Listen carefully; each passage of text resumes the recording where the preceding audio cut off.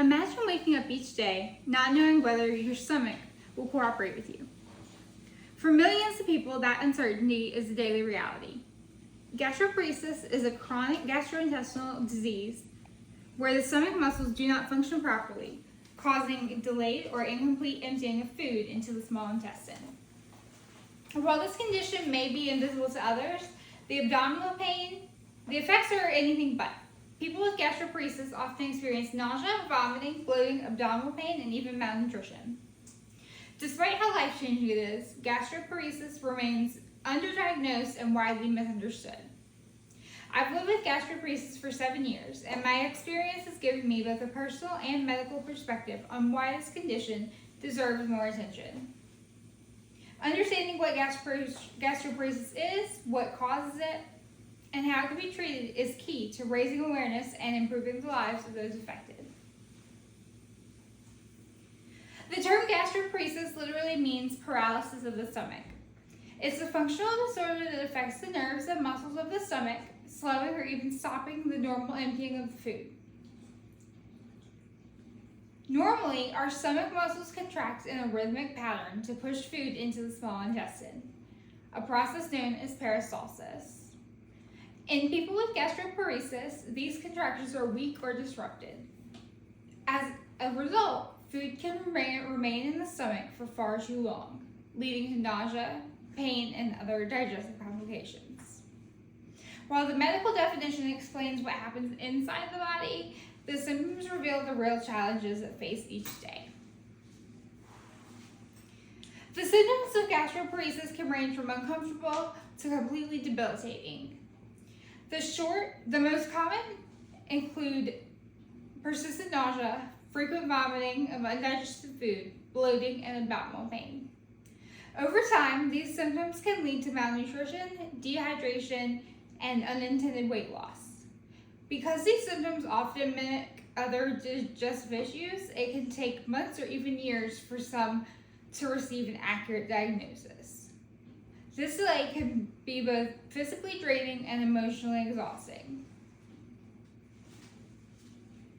Gastroparesis can develop for several reasons. One of the most common causes is damage to the vagus nerve, which controls the stomach's contractions. This damage can result from surgery, infections, or uncontrolled diabetes. In fact, diabetes is one of the leading causes, as elevated blood sugars over time can harm the nerves that regulate digestion. Other causes include certain viral or bacterial infections, surgical complications, and medications that slow motility, such as narcotics, some antidepressants, and even newer drugs like GLP-1 medications, commonly used for diabetes and weight loss, such as Ozempic or Mounjaro. Neurological diseases like Parkinson's and multiple sclerosis can interfere with the signals between the brain and the stomach. It can also be caused by illicit drugs, methamphetamine, marijuana, and opiates. Sometimes no cause is identified, and the condition is called idiopathic gastroparesis. Certain factors increase risk, such as being a female, having diabetes, or taking medications that affect digestion. Even prior abdominal surgery can make someone more susceptible. While understanding causes and risks helps explain why gastroparesis occurs, successful management depends on accurate diagnosis of individualized treatment. Diagnosing the gastroparesis requires extensive testing. The most common test is the gastric emptying study, where a person eats a small meal containing a harmless radioactive marker. Images taken over 4 hours show how quickly the food leaves the stomach. Other tests like upper endoscopy, ultrasound, or CT scans help rule out blockages or other conditions. Motility studies can also measure how well the stomach is contracting. There is currently no cure for gastroparesis, but symptoms can be managed. Treatment often begins with dietary changes, eating small, frequent meals, avoiding foods high in fat and fiber, which are harder to digest. Medications can also help treat the symptoms. These are medications such as prokinetic drugs, which stimulate stomach contractions, anti-nausea medications to reduce vomiting and discomfort, and pain medications, which could help relieve chronic pain. For severe cases, feeding tubes or IV nutrition can be used to ensure proper nourishment. Some patients may benefit from gastric impulse stimulation, often called a stomach pacemaker, which delivers mild electrical pulses to reduce nausea and vomiting. Surgical options exist as well.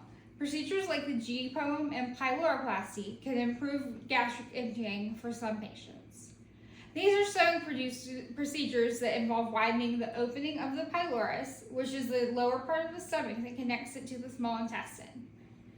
There is also a gastrectomy, which is removal of part or all of the stomach, but this is a very last resort. For people with diabetes, maintaining stable blood sugars levels is essentially critical to prevent further nerve damage. Having explored how gastroparesis is diagnosed and treated, it's clear that awareness, early detection, and ongoing research are essential for improving patient outcomes. In summary, gastroparesis is a chronic disorder that slows or prevents the stomach from emptying properly. It causes difficult and unpredictable symptoms, disrupts nutrition, and greatly affects quality of life. While there are many causes and risk factors, there are diagnostic tools and treatment options that can help patients manage the condition and live more comfortably. As someone who has lived with gastroparesis for 7 years, I know firsthand how challenging it can be, both physically and emotionally. But by sharing knowledge and personal experience, we can help others better understand what it's like to live with this invisible illness. My hope is that through increased awareness, empathy, and continued medical research, we can improve outcomes and offer real hope for those living with gastroparesis every day. Thank you.